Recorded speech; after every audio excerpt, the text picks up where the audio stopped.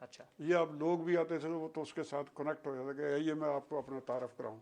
تو اس میں یہ میں نے کہا کہ بھارتی جنگ بازو سنو، تم سے اپنا تعارف کراتے ہوئے میں یہ کہتا تو تھا، ہاں میں محمد کے ادنا غلاموں کی خاک کف پا کا ایک ذرہ ہوں، کیا کہنے کیا کہنے. جو فقط 313 تھے، بدر کی جنگ میں ہاں ہاں زنگ آلود شمشیر و تیر و سنا لے کے نکلے تھے، جب بھی تو ارض و سما میں میرے سرور پاک کے دشمنوں کو پناہیں نہیں مل سکی. ہاں کیا اچھا ہے کیا اچھا ہے. بھارتی جنگ بازو سنو، تم سے اپنا تعارف کراتے ہوئے میں یہ کہتا تو تھا، میں بہادر ہوں، میرا تعلق شجاعت کے اس قافلے سے ہے جس کے لہو سے ہر ایک ذرہ کربلا جاویداں ہو گیا ہے.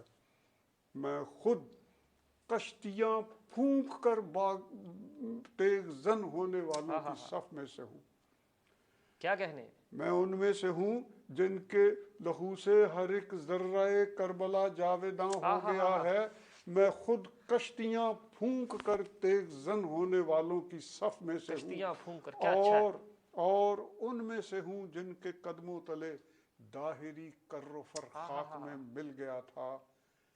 میں طارق ہوں، میں قاسم ہوں، میں غزنوی ہوں، میں حیدر علی ہوں، اور آج بھی جا کے سن لو سرنگا پٹم کی ہواؤں فضاؤں میں میری صدا گونجتی ہے، یہ میرا وطن ہے، یہ میرا وطن ہے. کیا کہنے. کہیں تو اور سناؤں ایک. کیا ہے. جی ارشاد ارشاد. اب اس کا تیسرا بند آتا ہے کہ بھارتی، میں نے اوپر کہا ہے کہ بھارتی جنگ بازو، اب نیچے آتا ہے بھارتی بزدلو، تم سے اپنا تعارف کراتے ہوئے میں یہ کہتا تو تھا، میں بہادر ہوں، تاریخ کے ہر ورق پر حروف جلی میں رقم ہوں. مگر تم میں ہمت کہاں، تم حقائق سے آنکھیں چراتے رہے، میری تاریخ کو قصہ عہد پاری نہ کہتے رہے، خود فریبی کی افیون کھاتے رہے، اور پھر خود فریبی کی افیون کے نشے میں میری سرحد پہ آ کر مجھے تم نے للکارا تھا. 6 برس پہلے کی بات ہے، 6 برس پہلے، یہ سن 71 سے 65 کی طرف اشارہ ہے.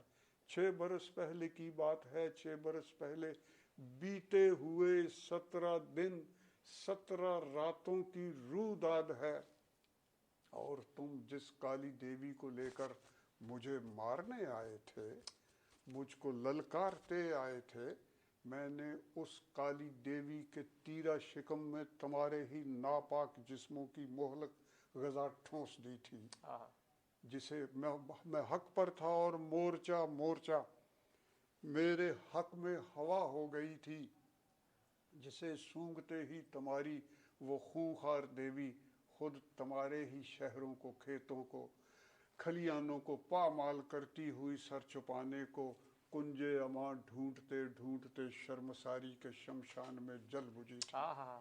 6 برس پہلے کی بات ہے، 6 برس پہلے بیتے ہوئے 17 دن 17 راتوں کی روداد ہے، تم کو سب یاد ہے.